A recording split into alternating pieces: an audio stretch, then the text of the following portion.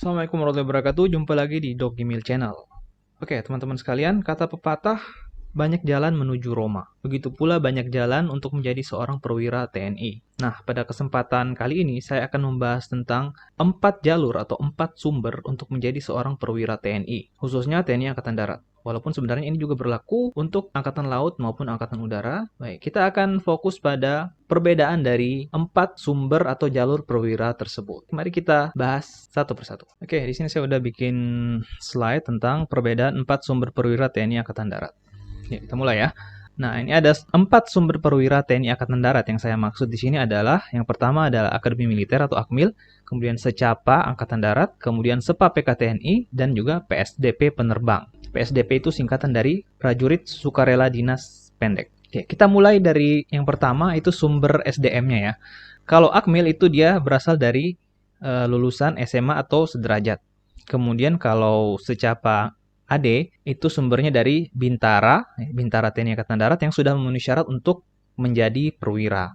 Kemudian ada Sepa PKTNI. Nah, kalau Sepa PKTNI sudah pernah saya jelaskan juga itu adalah sumbernya dari lulusan S1, D4 ataupun D3. Kemudian yang keempat untuk PSDP penerbang, dia itu juga dari sama seperti Akmil, dia lulusan SMA atau sederajat. Berikutnya dari struktur organisasi institusi pendidikannya. Nah, untuk Akmil dan Secapa itu dia langsung dibawa Kasat ya. Ini saya sederhanakan struktur organisasinya biar mudah dilihat. Ya, jadi di bawah Kasat ada Akmil yang dikepalai oleh seorang gubernur dengan pangkat bintang 2, dan untuk Secapa AD juga dikepalai oleh seorang komandan dengan pangkat bintang 2 juga. Nah, untuk Akmil dia juga secara tidak langsung di bawah koordinasi dari Danjen Akademi TNI. Karena di bawah Danjen Akademi TNI ini ada Akmil, AAL, dan AAU gitu.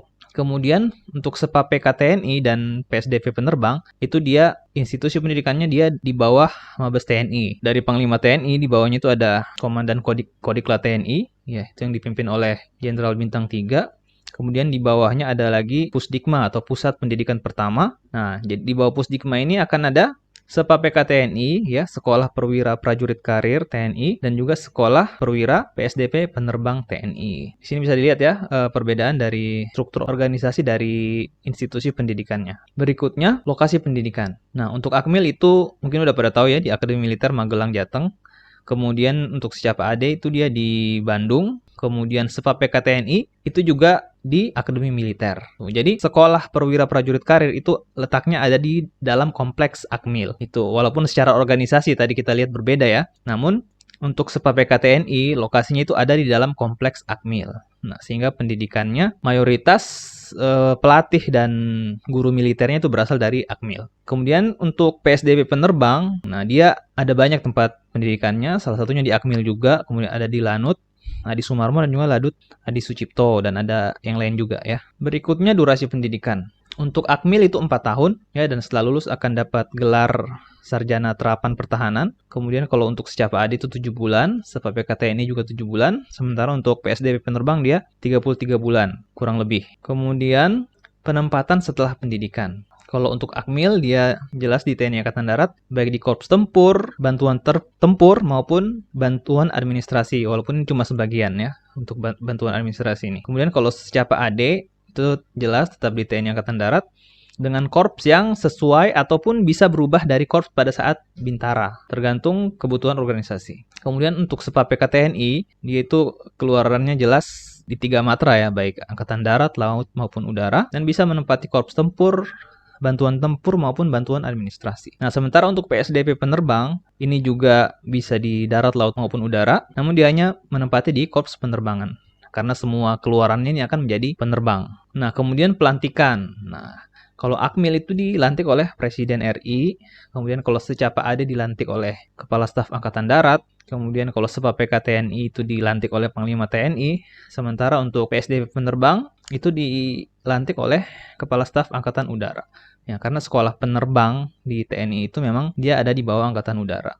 Berikutnya, nah pangkat maksimum yang bisa dicapai oleh 4 jalur ini, kalau untuk Akmil jelas itu bisa mencapai pangkat tertinggi yaitu Jenderal Bintang 4. Nah, jadi lulusan-lulusan Akmil itulah yang akan menjadi Panglima TNI, kemudian Kepala Staf Angkatan Darat. Kemudian kalau secapa AD itu setahu saya maksimal bisa sampai letkol atau letnan kolonel. Kemudian kalau sepa PKTNI itu maksimal bisa menjadi bintang 3. Ini khususnya untuk korps kesehatan dan dokter ya. Nah, untuk bintang 3 ini adalah Kepala RSPAD Gatot Subroto. Dan berikutnya untuk PSDP penerbang, itu setahu saya bisa mencapai kolonel. Namun ini perlu dikonfirmasi lagi ya. Saya kurang tahu apakah ada yang bisa mencapai jabatan bintang atau tidak. Nah udah itu aja ya. Udah habis. Nah itu dia tadi penjelasan tentang 4 sumber perwira TNI Angkatan Darat. Kalau ada yang ingin ditanyakan, silakan ditulis di kolom komentar. Atau mungkin ada pernyataan saya yang kurang tepat, silakan mungkin bisa dikoreksi. Khususnya teman-teman dari TNI mungkin kalau ada yang ingin dikoreksi, silakan ditulis di kolom komentar. Nah, semoga informasi yang saya bagikan ini bisa bermanfaat bagi kita semua. Oke, tetap semangat dan wassalamualaikum warahmatullahi wabarakatuh.